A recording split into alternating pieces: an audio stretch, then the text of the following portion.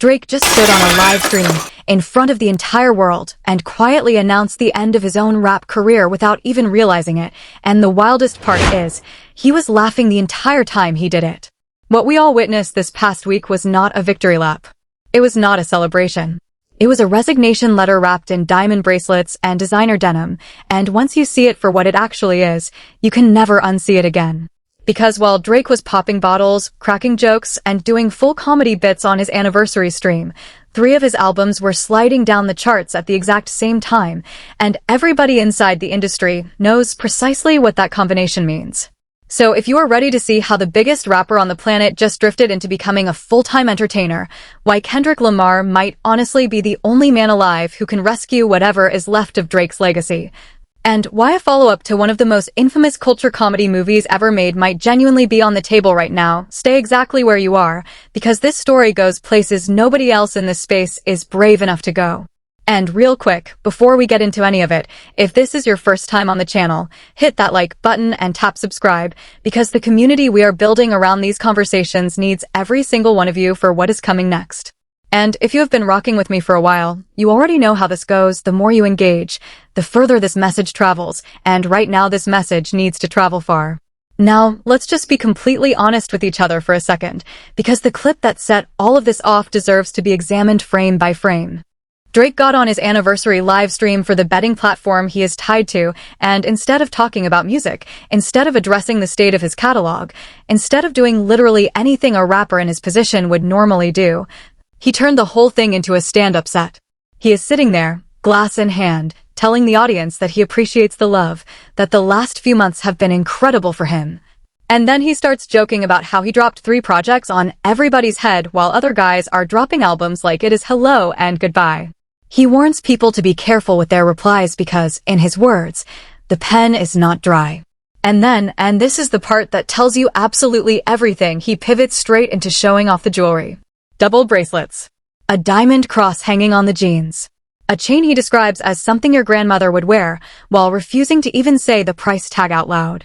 He literally stops mid-thought to tell the camera he cannot explain how good he is feeling. And look, on the surface, if you are just a casual viewer, this all reads as harmless fun. A rich guy enjoying his riches. But when you understand where Drake actually sits in his career right now, when you understand the timing of all of this, every single second of that stream transforms into something much darker and much more revealing than anybody on his side wants to admit. Because here is the context that changes the entire picture. While Drake was up there performing Happiness, the Iceman era, the era that was supposed to be his grand comeback, the era that was supposed to reestablish him as the untouchable king of the genre after everything that happened, is falling fast. Not 1 album. Not 2 albums. 3 albums, all declining at the same time, all losing momentum at a pace that his team cannot spin no matter how hard they try. And this matters more than people realize, because Drake's entire business model, his entire identity as an artist, has always been built on one thing: volume and dominance. He floods the market, he occupies every playlist, he makes himself impossible to ignore, and the numbers do the talking for him. That has been the formula for over a decade. But what happens when the formula stops working? What happens when you drop 3 projects in a single window and the culture collectively shrugs? What happens when the streams dry up and the only thing getting real engagement is you acting silly on a gambling stream at 2 in the morning? I will tell you what happens. You pivot. And that is exactly what we are watching Drake do in real time, whether he wants to call it that or not. And honestly, the signs of this pivot have been sitting in plain sight for months. Drake did a comedy sketch where he faced off against 20 random opponents in a dating-style setup, and people laughed, genuinely laughed, and he leaned into it. He has been getting deeper and deeper into his acting bag, his stage performance bag, his little skits and bits and characters. The man is performing constantly now, just not in the way he used to. And I know his most loyal supporters are going to hear that and get defensive, so let me be clear about what I am actually saying, because this is not even disrespect. This is pattern recognition. Drake started as an actor. Before the platinum plaques, before the memes, before any of it, he was a kid on a teen drama playing a character, and he was good at it. The entertainment instinct has always been in him. The comedic timing, the self-awareness, the willingness to look foolish for a reaction, those are gifts, real gifts, and he has them in abundance. What we are watching right now is not a man falling apart. It is a man quietly walking back through the door he came in and hoping nobody notices the music career behind him closing. But of course, people are noticing. And the reason they are noticing is because of the elephant that has been sitting in the middle of hip-hop for the better part of 2 years now, and that elephant's name is Kendrick Lamar. Because you cannot talk about where Drake is going without talking about who put him on that path, and the truth is that the battle they had did not just cost Drake a few news cycles. It rearranged his entire position in the culture. Before that battle, Drake was the final boss. He was the standard. Every rapper measured themselves against him, every fan base argued about him, every move he made shifted the weather of the whole genre. After the battle, something fundamental broke. The aura cracked. The invincibility evaporated. And no amount of flooding the market with music has been able to glue it back together, because the thing Kendrick Lamar took from him was never sales and never streams, it was belief. The belief that Drake was inevitable. Once that belief is gone, once the audience starts looking at you as a personality instead of a force, everything you do gets reinterpreted through that new lens. The flexing looks like overcompensation. The jokes look like deflection. The music looks like product. And that is the exact lens the entire industry is looking through right now as 3 albums slide and a grown man shows off bracelets on a casino stream. Now let me address the jewelry thing directly, because I know exactly how the defense squad is going to respond to all of this, and I want to meet that argument head-on before it even forms. The moment anybody questions Drake's current state, the response is always the same. Look at the money, look at the watches, look at the chains, look at the plane. And sure, on paper, Drake is wealthy beyond comprehension. Nobody is disputing that. But here is the thing about wealth at that level. Truly secure wealth does not announce itself. It does not need to. When you watch the genuinely untouchable figures in entertainment move, the billionaires, the moguls, the people whose money is so structural it will outlive their grandchildren, you notice something consistent. They stopped performing their wealth a long time ago. The flexing is for the people who still feel like they have something to prove. So when Drake is on a stream refusing to say the price of a bracelet out loud, playing coy about a diamond cross, doing the whole shucks millionaire routine, that is not the behavior of a man whose finances are beyond question. That is the behavior of a man who needs you to believe the finances are beyond question. And when you pair that with the rumors that have been circulating about obligations, about deals structured in ways that demand constant output, about the sheer machinery of his lifestyle requiring album after album to sustain, suddenly the 3-album flood stops looking like abundance and starts looking like obligation. Suddenly the comedy pivot stops looking like fun and starts looking like a hedge. I am not saying the man is broke. I am saying the math has changed, and his behavior is telling on him in ways he does not even realize. And speaking of things telling on him, we need to talk about the legal cloud, because this is the part of the story that the mainstream coverage keeps dancing around. There have been multiple cases floating around the ecosystem of Drake and the betting platform he is attached to. At one point, people were counting as many as 10 cases touching that platform in one form or another, with 4 of them pulling Drake's name into the frame directly. Now, to be fair and accurate, one of those cases was recently dropped, and his supporters celebrated that like a championship parade. And look, a win is a win, I will give them that much. But one case dropping out of a stack of them is not vindication, it is triage. It is lawyers doing what lawyers do, narrowing the battlefield, trying to reduce everything down to the single fight they think they can actually win. And the details floating around the edges of all this are where it gets genuinely interesting, because there have been whispers, and I want to be careful here and say these are whispers, allegations, things being discussed and not things proven. That there are connections between certain witnesses in these matters and certain powerful camps in the industry. Names get floated. Empires get mentioned. And whether any of it is true or not, the mere fact that Drake's name keeps circulating inside legal documents instead of inside award nominations tells you exactly which direction the wind is blowing right now. Which brings us to the conversation that nobody in Drake's orbit wants to have, but everybody in the culture is already having without them. And that is the conversation about succession, about legacy, and about what Drake was actually supposed to become before all of this went sideways. Because let me take you back for a second. There was a time, and it was not that long ago, when the obvious, almost boring prediction in hip-hop was that Drake would be the successor to Jay-Z. Think about what that means. Jay-Z did not just win at rap, he transcended rap. He became the bridge between the culture and corporate America, between the block and the boardroom, between being an artist and being an institution. And for years, Drake was positioned to walk that exact same path. He had the commercial dominance Jay had. He had the mainstream reach. He had the ear of an entire generation. The runway was clear, the crown was being fitted, and all Drake had to do was keep flying straight. But there was always one structural crack in the foundation, one thing that separated him from the man he was supposed to replace, and everybody knew it even when nobody wanted to say it loudly: the writing. Jay-Z's legend is built on the pen, the untouchable, undisputed, write-it in his head pen. Drake's legend, as massive as it is, has always carried an asterisk in that department. The reference tracks, the collaborators, the quiet team of pens behind the curtain. And in pop terms, none of that mattered for a long time. But the moment you step into a real battle, the moment the culture demands you stand alone behind your own words, that asterisk becomes the entire story. And that is exactly what happened. Kendrick Lamar did not beat Drake with streams or with marketing. He beat him with authorship. He beat him with the one currency Drake could never fully mint on his own. And once the culture saw that, the succession conversation did not just pause. It died. Now, to really understand why this moment matters so much, you have to understand the machine Drake built around himself, because the machine is the reason the fall looks the way it does.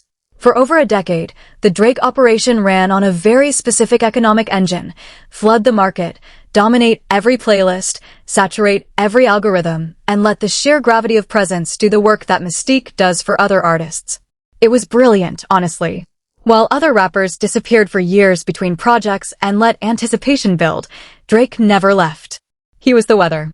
And the weather does not need to be exciting, it just needs to be constant. Every season, a new project. Every project, a new wave of playlists, a new set of streams, a new cycle of headlines. The catalog became so enormous that the machine fed itself. Old hits streamed alongside new hits, features stacked on features, and the numbers stayed so high that nobody ever had to ask the dangerous question, which is this: what happens to a volume artist the moment the volume stops converting? That question is no longer theoretical. 3 albums are falling at the same time right now, and that is not a blip. That is the market telling you the engine is burning more fuel than it is producing. And here is the part that should genuinely concern his camp: the betting stream appearances, the sketch comedy, the constant social presence. All of that is the behavior of a man who knows the machine needs attention to survive and is personally shoveling coal into it himself.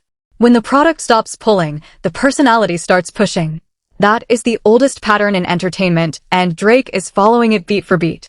And let me say something about the economics of that betting platform partnership specifically, because this is the thread that ties the whole picture together. Those deals are not charity. A platform like that does not pay a superstar tens of millions of dollars because they love his company. They pay for conversion, for streams watched, for signups driven, for a measurable return on every dollar. And when you are attached to that kind of arrangement, your public presence is no longer fully yours. The anniversary stream, the performances, the bits, some portion of that is contractual obligation dressed up as spontaneity, which reframes everything we watched. Maybe Drake was not celebrating on that stream. Maybe Drake was working. And if the biggest rapper alive is doing contractual comedy shifts on a gambling platform while 3 of his albums decline simultaneously, then the question stops being whether the music is working and starts being whether the music even matters to the business anymore. Because a catalog that floods but doesn't stick is not an asset, it is overhead. And an entertainer whose income depends on engagement rather than art is not a rapper who does comedy on the side. He is a comedian with a rap catalog. That distinction is the entire ballgame, and every smart person in the industry can see which side of the line Drake is drifting toward. Now I want to talk directly to the loyalists for a moment, because I know a chunk of you watching this came in ready to defend, and honestly, I respect the loyalty. I just do not respect what it is being spent on. Here is the question I would put to every diehard still writing for this era. If your favorite artist's best moment of the last 12 months was a comedy sketch, what exactly are you defending? Because the defense I keep seeing is not about the music. Nobody is out here passionately arguing that the new material is classic. The defense is always about the numbers, the money, the lifestyle, the streams, and that should tell you something. When a fanbase stops arguing about art and starts arguing about accounting, the art argument has already been lost. I watched this exact same pattern play out with other fanbases in other eras, and it always ends the same way. The loyalists get louder as the product gets weaker. Until one day everybody looks up and realizes the loudest voices in the room are defending a memory instead of a present tense. And I am not saying that to be cruel. I am saying it because the kindest thing this culture can do for Drake right now is stop pretending the old reality still exists and start celebrating the new one he is clearly building. The man is funny. Genuinely funny. Let him be funny. The tragedy is not the pivot. The tragedy would be spending 5 more years pretending the pivot is not happening while the catalog erodes underneath him. And while we are being honest about ecosystems, we have to be honest about ours, the media side of this culture, because the way this story is being covered tells its own uncomfortable truth. Notice what the loudest channels and podcasts are doing right now. They are not analyzing the pivot. They are manufacturing the next war. They are floating fantasy matchups, inflating every stray bar into a declaration of conflict and packaging speculation as breaking news, because conflict content is the cheapest content there is. You do not need reporting, you do not need sources, you do not need insight, you just need 2 famous names and a versus sign between them. I am not going to pretend I am above the economy of this space. I make these videos too, and I understand exactly why the machine runs the way it runs. But there is a difference between covering a story and inventing one, and right now most of what you are being fed about Drake's next chapter is invention. The real story, the chart decline, the contractual comedy, the quiet career redesign, is sitting in plain sight, and it barely gets covered because it does not have a villain to fight. It just has a man changing jobs. And apparently, in this economy, that is not dramatic enough. Well, it is dramatic enough for me, because I have been watching entertainers reinvent themselves for a long time, and I can tell you that the reinvention story is always 10 times more interesting than the war story. You just have to be willing to see it. History backs this up, by the way, and this might be the most encouraging part of this entire breakdown for the Drake fans who made it this far. The entertainment industry has a long, proven track record of artists who walked away from their original lane at exactly the right moment and became bigger than they ever were inside it. Musicians who became actors. Performers who became moguls. Stars who realized their real product was never the art form, it was the charisma, the face, the timing, the connection with the audience. Drake has all of that in quantities most entertainers would trade years of their lives for. The man has been a walking meme machine for a decade without even trying. Half of the internet's reaction vocabulary is screenshots of his face. That is not a consolation prize, that is a superpower, and it is a superpower that transfers perfectly into comedy, film, hosting, and every corner of the attention economy that does not require you to win a rap battle. So when I say Drake should lean all the way into the entertainer lane, understand that I am not writing a eulogy. I am writing a scouting report. The version of Drake that fully commits to this, the one who stops flexing bracelets to prove the old kingdom still stands and starts building the new kingdom in public. That version could dominate the next decade of entertainment the way the old version dominated the last decade of music. But commitment is the whole thing. Half pivots fail. You cannot keep one foot on the rap throne and expect the comedy world to take you seriously, just like you cannot do sketch bits on gambling streams and expect the rap world to keep fearing you. Something has to be chosen, and everything about the last few months says the choosing has already started, he just has not announced it to himself yet.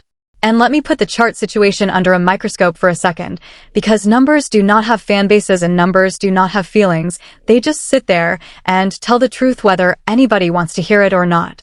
When a Drake project drops, history says it does enormous first-week business almost by reflex. That has been the safest bet in the music industry for 15 years. So when the follow-through collapses, when week 3 and week 4 and week 8 show a project sliding instead of settling, and when that happens across 3 separate releases in the same window, that is not randomness, and it is not sabotage, and it is not a conspiracy. That is the audience making a decision in slow motion. Streaming numbers are a referendum that never closes, and right now the referendum is saying something brutal. The people checked in, and then the people checked out. First week curiosity, second month indifference. And for an artist whose entire empire was built on being unavoidable, indifference is the one outcome the model cannot survive. You can recover from hate. Hate still streams. Hate still debates. Hate still keeps your name in the algorithm's mouth every single day. What you cannot recover from is the shrug. The shrug is what ends eras, and if you listen past the noise of the streams and the sketches and the bracelets, you can hear the shrug happening in real time. That is the sound underneath everything else in the story, and once you hear it, every joke on every live stream starts to sound less like confidence and more like a man talking loudly in a room that is slowly emptying out. Because make no mistake, none of this means Drake stops being famous, and none of this means Drake stops being rich. Fame and money at his altitude are practically permanent. What is not permanent is centrality. Being the axis the entire genre spins around is a status you have to renew constantly, and it is renewed with exactly one currency: music the culture cannot stop discussing. Not music the culture streams politely, music the culture argues about, fights about, memorizes. That currency stopped printing a while ago, and the louder the lifestyle performance gets, the more obvious the shortage becomes. The bracelets get brighter as the catalog gets quieter. That inverse relationship is the whole story of this era in a single sentence, and it is why every honest observer, even the ones who love him, even the ones who want him to win, can feel the ground shifting under this whole operation. The question was never whether Drake survives. The question is what Drake survives as. And the answer to that question is being written right now, one comedy sketch at a time.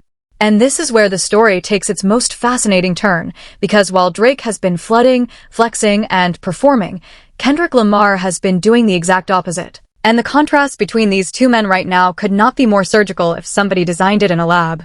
Kendrick has been quiet. Strategically, deliberately, almost offensively quiet. No panic drops, no apology tours, no desperate content cycles. While Drake can't escape the spotlight because his entire model requires him to live inside it, Kendrick appears exactly when he chooses to appear, and every single appearance lands like an event. He took over the biggest stage in American sports and turned it into a cultural referendum. He built a company with Dave Free that answers to nobody, owns everything, and moves in complete silence until the product is ready to speak for itself.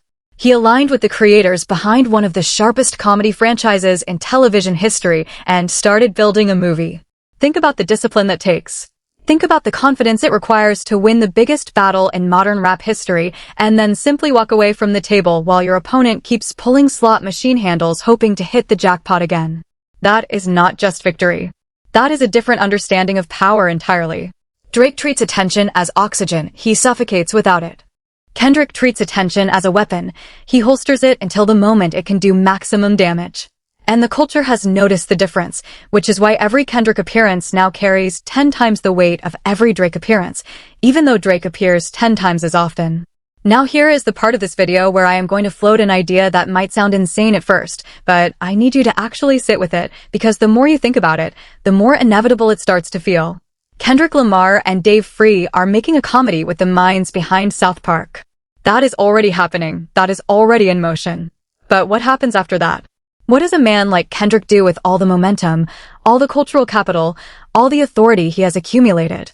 Because here is my honest prediction, and I am putting this on record right now, the single greatest chess move available to Kendrick Lamar, the move that would end the Drake saga forever, cement his status as the most visionary figure of his generation, and generate a cultural moment bigger than anything the battle itself produced, is to put Drake in a movie. I am dead serious. A comedy. Written for him. A starring vehicle built around the exact thing Drake actually is at his core, a suburban kid with an absent father backstory who constructed a larger-than-life persona and spent 2 decades performing it. Imagine a spiritual sequel to that early 2000s cult comedy about the wannabe from Malibu, except this time it is set in Toronto, and the lead character is a smooth-talking, melody-gifted, ghostwriter-assisted rap superstar whose entire identity is a performance he can never turn off. You could call it something like Toronto's most two-faced. And before you laugh, actually think about it. Who else on the planet could play that role? Nobody. It is Drake's story. It is Drake's face. It is Drake's actual lived experience turned into art, which is, ironically, the one thing his music was never fully able to do. And Kendrick extending that hand would not be charity. It would be the ultimate alpha move. You do not just beat your rival. You employ him. You absorb his story into your empire. You turn the most famous feud in the world into the most famous punchline in the world, and everybody gets paid, and the culture gets closure, and history remembers exactly one man as the architect of all of it. That is what a real successor does. That is Jay-Z level thinking. And the fact that we can even conceive of Kendrick making that move while Drake is doing dating show skits tells you everything about where these two men actually stand in 2026. Now, I can already hear a certain segment of the comments warming up, so let me address the other fantasy floating around the timeline right now, because Joe Budden and his podcast have been out here trying to cook up the next big spectacle, trying to hype up the idea of Drake going at Jay-Z. And I understand why they want it. I genuinely do. That battle would be content gold. It would print money for every channel in this space, including mine, and I would be lying if I said I would not cover every second of it. But let me be the adult in the room for a moment, because somebody has to be. Jay-Z is past it as an active battler, and I say that with full respect, because he is an all-time great and nothing changes that. He is a billionaire mogul who addresses shots the way a head of state addresses insults, briefly, devastatingly, and only when absolutely necessary. If everything about Jay-Z's current life is true, he should not have the time or the interest to trade verses with Drake. But here is the thing, he also has never let anybody run over his name without consequence, and if Drake kept pressing, Jay-Z would answer, and if Jay-Z answered, it would not be close. Because what did we just spend this entire video establishing? Battles at the highest level are won with the pen. And in a pen contest between Jay-Z and Drake, there is no contest. There never was. Drake cannot battle his way back to the top of this culture for the simple reason that battling requires the one skill he has always borrowed. And that is not hate. That is just the structural reality that 2 years of evidence have made impossible to ignore. The media wants the spectacle because the spectacle is easy. But easy content is not the same thing as a real story. And the real story, the story nobody wants to tell because it is not loud enough, is that the war is already over, the winner already collected, and the loser is already changing careers. So let me tell you what I actually think is happening right now, because I do not believe any of this is random.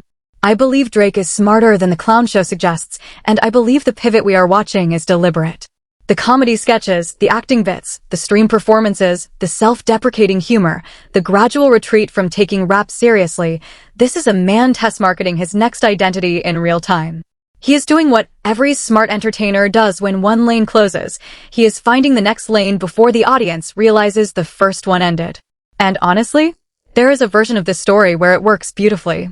Drake the comedian, Drake the actor, Drake the variety show personality, that version of Drake could be enormous. He has the timing, the face, the willingness to be the butt of the joke, and a fan base that would follow him into literally any medium. There is a model for this, too, the artist who raps but whose true gift is comedy, who builds a whole career in the space between music and humor. Drake could be the biggest version of that archetype the world has ever seen. And if he commits to it fully, if he stops trying to hold the rap crown with one hand while reaching for the entertainer crown with the other, he might actually pull off the most graceful reinvention in modern music history. But that requires honesty. It requires admitting the rap chapter closed. And everything about the bracelet flexing, the pen isn't dry tough talk. The 3-album flood says he has not reached that level of honesty yet.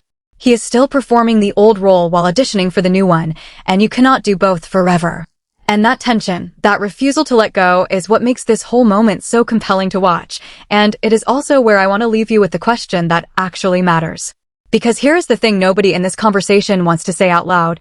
What if the pivot works? What if 5 years from now, Drake is winning comedy awards, starring in films, hosting things, laughing all the way to a bank that never closed, while the culture still argues about a battle from 2024? Does that make him the loser of this era, or the only one smart enough to leave it? There is a real argument, and I mean this sincerely, that Kendrick winning the war and Drake escaping the war might both be victories, just for two men playing completely different games. But there is also a darker read, and you already know what it is, that Drake did not choose any of this, that the culture chose it for him the moment the battle ended.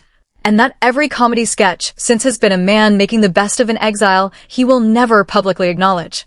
Which version is true? That depends entirely on what Drake does next, and that is exactly why the next 12 months of his career might be the most important he has ever had, not because of any album, but because of the identity he finally decides to admit he is living in. Now, as for where all of this leaves the rest of us, the fans, the culture, the people who actually care about where this music goes, I think there is something genuinely healthy about this moment, even if it does not feel like it. For 2 years, the Drake versus Kendrick cloud has hung over everything. Every release got filtered through it, every interview got bent toward it, every channel in this space built its entire identity on top of it. And clouds like that eventually have to break.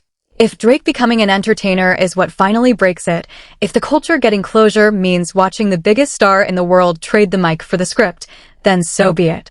The Grammys conversation is over for him. That door closed the moment authorship became the standard again. But the Oscars? The comedy awards? The hosting gigs and the movie deals and the second act as the most famous funny man on the planet? Those doors are wide open, and nobody in hip-hop should pretend otherwise. Sometimes the most respectful thing a culture can do for a fallen giant is let him stand back up in a different arena. And if Kendrick Lamar really is the visionary I believe he is, he will be the one holding the door, not out of mercy, but out of mastery, because the man who writes your comeback is the man who owns your story forever. So here is where I land on all of it. Drake is not finished, he is transforming, whether he admits it or not. Kendrick is not silent, he is operating at an altitude where silence is the loudest statement available. The 3 albums falling are not a fluke, they're the market delivering a verdict that no amount of bracelet flexing can overturn. And the comedy pivot is not a joke, it is the smartest move available to a man whose pen was never fully his own, executed by someone who knows the audience will follow him anywhere as long as he keeps them entertained. The only question left is the one I asked earlier, and I am leaving it with you. Is this Drake's great escape or Drake's great exile? Drop your answer in the comments right now, because I genuinely want to see where this community lands. And while you are down there, answer me this too. If Kendrick and Dave Free actually made that movie, if Toronto's Most Two-Faced was real and casting tomorrow, are you buying a ticket or not? And one more thing, because I know this one will start a war in the replies. Does Jay-Z even need to respond if Drake comes for him, or is silence itself the final lesson? 3 questions, 1 comment section, I will be reading all of it. And for everybody still locked in with me at this point, you already know what to do. If this breakdown gave you something no other channel was willing to give you, hit that like button so the algorithm pushes this to the people who need to hear it. Tap subscribe if you are new because this community is growing fast and you want to be here early. And share this with one person who still thinks the story ended when the battle did, because it did not, and now you know it. And listen, if you thought this chapter was wild, you are not ready for what is coming next, because the old guard of this genre is having its own quiet crisis right now. Some of the most respected names in the game are moving in ways that make absolutely no sense. And I am going to break all of it down in the next one. It is on your screen right now. Go tap it, and I will see you there.